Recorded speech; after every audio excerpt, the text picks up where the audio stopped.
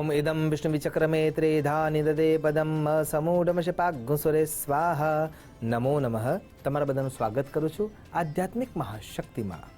આજે હયગ્રીવ અવતાર થયો હતો અને હયગ્રીવ અવતાર વિશે જો જાણવું હોય તો સૌથી પહેલા બે મુખ્ય ગાથાઓને જાણવી જોઈએ. ખરા અર્થમાં શબ્દ બ્રહ્મ છે. વાણી એ ઈશ્વરે આપેલું વાંગમય સ્વરૂપનું પૂજન છે. પરા પશ્યંતી મધ્યમાં અને વૈખરી જે આ સચરાચર સૃષ્ટિને શબ્દ રૂપે એક તાંતણે બાંધીને બેઠી છે અને આ જે શબ્દોની મહિમા છે એ જ્યારથી શરૂ થઈ એ ગ્રંથો એટલે કે આપણા ચાર વેદ ઋગ્વેદ, યજુર્વેદ, સામવેદ અને અથર્વવેદ.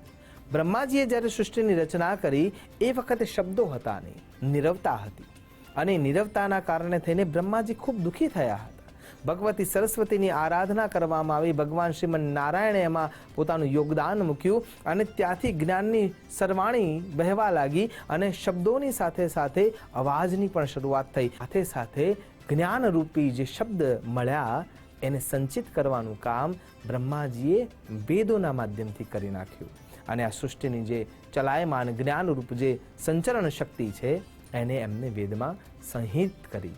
તો બીજી બાજુ એક પ્રસંગ થાય છે. ભગવાન નારાયણ ક્ષીર સમુદ્રમાં યોગ નિદ્રામાં ઘણા વર્ષોથી સ્થિર થઈને બેઠા છે કેમ કે સંચરણ થઈ ગયું છે. એ સમયે ભગવાનના કાનમાંથી બે દૈત્યોનો જન્મ થાય છે કેમ કે જે મેલ નીકળે છે એ મેલના અંદરથી બે દૈત્યોનો જન્મ થાય છે જેમાંથી એકનું નામ છે મધુ અને બીજાનું નામ છે કૈટભ. તો મધુ અને કૈટભ જન્મે છે. જન્મ્યા પછી એ પણ ઘોર તપશ્ચર્યા કરે છે. ભગવતી પરાંબિકા રાજેશ્વરી સાધન ભૂતા ઈશ્વરા માયા મહામાયાને એ પૂજિત કરે છે અને તપશ્ચર્યા કર્યા બાદ એક જ વરદાન માગે છે કે અમારે અમર થવું છે. પણ એ પૃથ્વીના કે આ બ્રહ્માંડના નિયમોના વિરુદ્ધ હોવાના કારણે થઈને એમને અન્ય વ્યવસ્થા પૂછવામાં આવે છે ત્યારે એમ કહે છે કે અમને ઈચ્છા મૃત્યુનું વરદાન જોઈએ છે. ઈચ્છા મૃત્યુનું વરદાન પ્રાપ્ત કર્યા પછી તે વિચાર કરે છે કે આ સૃષ્ટિ ચાલે છે કેવી રીતે. તો સમજાય છે કે કેવળ આ વેદના માધ્યમથી ચાલે છે. એટલા માટે બ્રહ્માજી જ્યારે પૃથ્વીની રચના કરવામાં વ્યસ્ત હતા અને એ સમયે આ મધુ અને કૈટભ છે એ વેદોને લઈ અને ગૂઢ સમુદ્રમાં ગુહ્ય સમુદ્રમાં અથવા ગંભીર એટલે કે ઊંડાણપૂર્વકના અગોચર જ્યાં કોઈ પહોંચી શક્યું નથી એવા ગંભીર નીરમાં સમુદ્રમાં એને લઈને સાચવીને જતા રહે છે.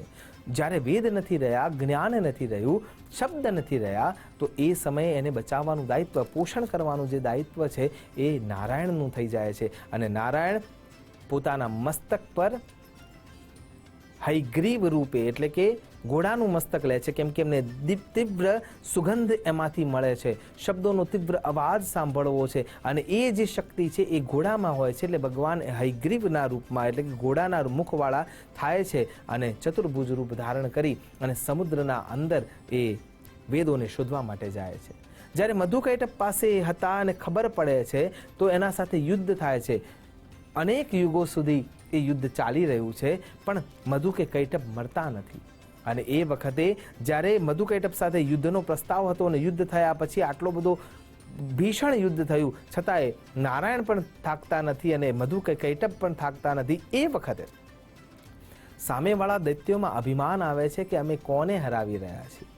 અને એ વખતે જ્યારે અભિમાન આવે તો વેદ છે એટલે જ્ઞાન તો છે પણ એ જ્ઞાન ક્યાંક ને ક્યાંક અભિમાનના રૂપમાં પરિવર્તિત થઈ રહ્યું છે. એટલે પ્રસન્ન થઈને એમ કહે છે કે વરદાન માગો, અમે તમને હરાવી રહ્યા છીએ. અને એ વખતે નારાયણ એમ કહે છે કે મારા હાથે તમારું મૃત્યુ થાય. અને મધુ અને કૈટભ ભગવાન શ્રીમન નારાયણને વરદાન આપે છે કે તમે કહ્યું એ યથાયોગ્ય થશે પણ અમારું મૃત્યુ એવી જગ્યાએ થવું જોઈએ કે જ્યાં પાણી ના હોય. અને એ વખતે પૃથ્વી સંપૂર્ણ રીતે પાણીમાં ગરકાવ હતી અને ત્યાર વખતે ભગવાન શ્રીમન નારાયણ પોતાના શરીરનો વિસ્તાર કરે છે, પોતાની જાંઘો પર મધુ અને કૈટભને સ્થાન આપે છે અને પોતાની જે કૌમુદી ગદા છે એ ગદાના પ્રહારથી જે અસમના જોડે મણિકુટ નામનો જે પર્વત છે ત્યાં એમના ઉપર પ્રહાર કરી અને એમનો નાશ કરે છે. એમાંથી જે મધુ નામનો જે દૈત્ય છે એનું શરીર એટલું વિરાટ અને વિસ્તાર પામે છે અને એના શરીરના અંદર રહેલો જે મેદ છે એ મેદ છે આ પૃથ્વીને ઢાંકીને બેસી જાય છે. અને એટલા માટે પૃથ્વીને એક નામથી આપણે ઓળખીએ છીએ જે નામ છે મેદિની. અને પૃથ્વી મેદિની બને છે અને ત્યાં ભગવાન એ મધુ અને કૈટભનો નાશ કરી અને વેદોને પાછા બ્રહ્માજીને સુપ્રત કરે છે. આ પહેલી ઘટના પૂર્ણ થાય છે. બીજી ઘટના જોવા મળે છે કે જે કશ્યપ મહારાજ છે અને દિતિના વિચારથી એક સંતાન ઉત્પન્ન થઈ રહ્યું છે અને એ સંતાન હયગ્રીવ રૂપે ઉત્પન્ન થાય છે. શરીર મનુષ્યનું છે પણ મસ્તક ઘોડાનું છે. અને એ વિચાર કરે છે બાલ્યાવસ્થાથી કે જે ગુરુજનો છે, જે દેવતત્વો છે, એ શક્તિ કેવી રીતે પ્રાપ્ત કરે છે.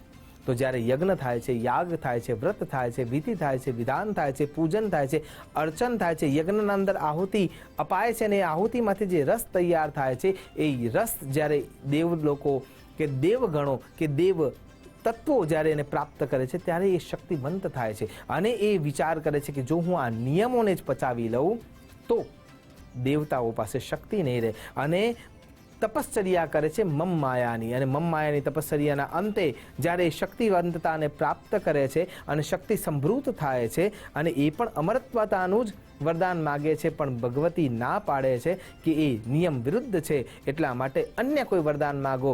ત્યારે એ પોતાના મૃત્યુ માટે વિચાર કરે છે કે હું એકમાત્ર હયગ્રીવ છું, જો બીજો કોઈ હયગ્રીવ હોય તો એ જ મને મારી શકે. બ્રહ્માજી પાસેથી છુપાઈને એ 4 વેદોને લઈને નીકળી જાય છે. અહીંયા વેદ નથી એટલે જ્ઞાન નથી, જ્ઞાન નથી એટલે ભક્તિ નથી, ભક્તિ નથી એટલે શક્તિ નથી, અને શક્તિ નથી તો અશક્તિના કારણે થઈને તમામ જીવાત્માઓ ફસડાઈ પડ્યા છે.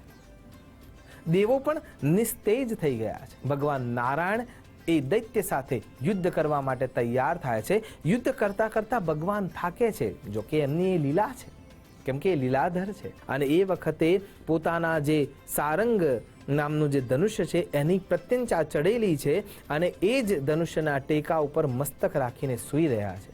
અને ઘટના એવી થાય છે કે હવે ભગવાનને જગાડે કોણ, કેમ કે આ દુર્દાંત જે દૈત્ય છે એનો નાશ કરવો જરૂરી છે.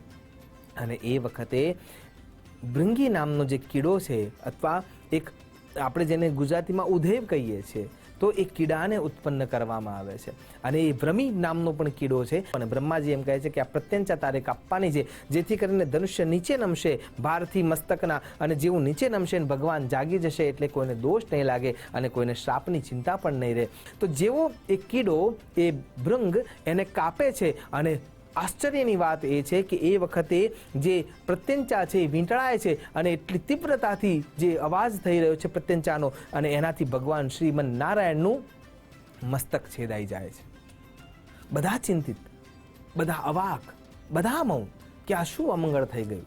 અને એ વખતે ભગવતી મમ માયા મહામાયા પ્રગટ થાય છે અને કહે છે કે આ તો ભગવાનની લીલા છે. અને ત્યાં જે દિવ્ય તેજોમય લાવણ્યમય જે અશ્વ હતો એનું મસ્તક કાપી અને ભગવાન શ્રીમન નારાયણના મસ્તક સાથે જોડી દેવામાં આવે છે. ભગવાન હયગ્રીવ સ્વરૂપમાં આવી જાય છે અને હયગ્રીવ દૈત્ય સાથે યુદ્ધ કરે છે અને એનો નાશ કરી અને ભીષણ યુદ્ધના અંતે એ જે 4 વેદ છે 4 વેદ પાછા લઈ લે છે અને બ્રહ્માજીને સુપ્રત કરી દે છે. આશા કરું છું ભગવાન હયગ્રીવ જે જ્ઞાનના સામર્થ્યને સમજાવે છે એ પ્રમાણે આપણે સદૈવ જ્ઞાનને પ્રાપ્ત કરીએ અને એ જ્ઞાનને સુયોગ્ય માર્ગ તરફ લાવીએ અને એનાથી જીવની સૃષ્ટિને એટલે કે આ સમૂચા બ્રહ્માંડને જે વસુધૈવ કુટુંબકમની ભાવના વેદોએ આપણને આપી છે એ ભાવનાને પ્રબળ અને પ્રશસ્ત કરી એને આત્મસાત કરીને એવું જીવન જીવીએ, એ જ અભ્યર્થના સાથે નમસ્કાર. અસ્તુ સદા શિવોહમ. નમો નમઃ.